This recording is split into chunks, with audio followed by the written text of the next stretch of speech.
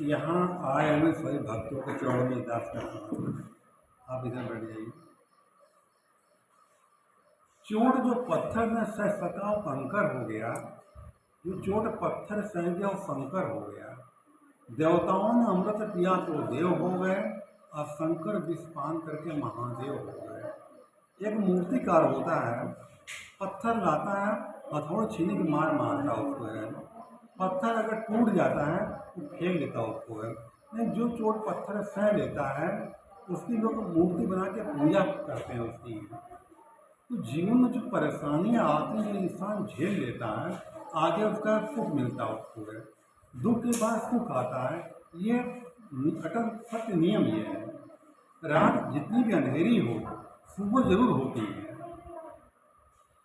एक लड़की की विदाई हो रही थी, उस लड़की की माँ ने कहा बेटी एक काम करना, तू सवेरे रोज सास के अपने पैर छू लिया करना। लड़की कहते ठीक मम्मी, हम सास रोज सवेरे पैर छू लिया करेंगे। हम आई ससुराल, पैर छूती रही। 4-5 दिन बाद लड़की को खाना बनाने का दिया गया। लड़की रसोई घर में रोटी बनाने गई तो उसकी सास जो थी दरवाजे में आके खड़ी हो गई कि देखें इसका हाथ चलता कैसे है, कैसे रोटी बनाती है, क्या मायके क्या सीख के क्या आई ही है। तो सास इधर उधर की बात कर रही थी, बहू रोटी बेल रही थी उसकी। बातों बातों में एक रोटी जल जाती उससे है। तो सास ने मुँह फुला लिया, बोले कुछ नहीं, बड़ी देखती दिखाई रही।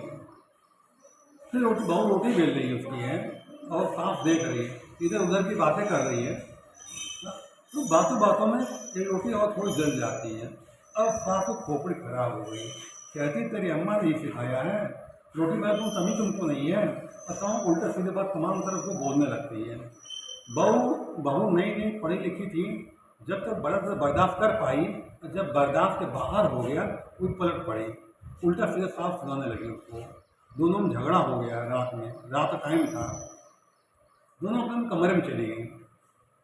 सास को नागवार गुजरा, उसने सोचा कि बहू को भगा देंगे, सारे जेवर छीन लूंगी, जेवर शादी कराई, कल उसको बुलवाएंगे उसको हम, और इसकी बेइज्जती कराएंगे। अपने पैरों में झुका न लिया तो मेरा भी नाम शांति नहीं। सास की खोपड़ी बड़ी खराब हो गई थी, रात नींद नहीं आ रही थी उसको, आ रही थी वो किस तरह रात में सोचा क्या क्या कल करना है, पूरा प्लानिंग बना रही थी, उसको बुलाना है तो प्लानिंग बना रही थी वो। सवेरा हुआ, बहू उठी, उसको याद आया कि मम्मी ने कहा सवेरे सास के पैर छूने हैं। तो उठ के सास के कमरे में गई, सास खटिया पर उठ के बैठी हुई थी। जा करके बहू ने सास के पैर पकड़ लिए, पैर छुआ और उससे माफ़ी मांगी, मम्मी हमसे गलती हो गई, हमको माफ़ कर दो। आप तो ऐसे शब्द बोल दिए, मैं बर्दाश्त नहीं कर पाए, मुँह से निकल गया, मैं अपनी गलती माफ़ी मांगती हूँ। सास ने सोचा कि मैंने सोचा तो पैरों में झुका लूँगी इसको, अब पैरों में झुकी पड़ी है, अब क्या बोले क्या डांटें इसको। कहा कि जा बेटी माफ़ किया। तो माफ़ी में वो चीज़ है कि बड़े से बड़ी लड़ाई समाप्त कर देती है, और जरा सा इंसान क्रोध आवेश में आकर पूरी जिंदगी बर्बाद कर लेता है। अगर एक नरम एक गर्म रहते हैं तो झुकने से काम बेड़ा पार हो जाता है, तो दोनों गर्म होते हैं तो आग लग जाती है।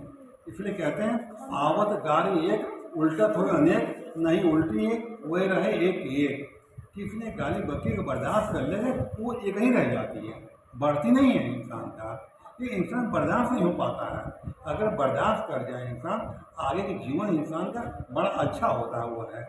इस हमारे जीवन में जो तकलीफ आती भी उसको फैल हो जाकर उसको यकीन मानो कि दुख के बाद सुख आएगा, समय गुजरता है वो है।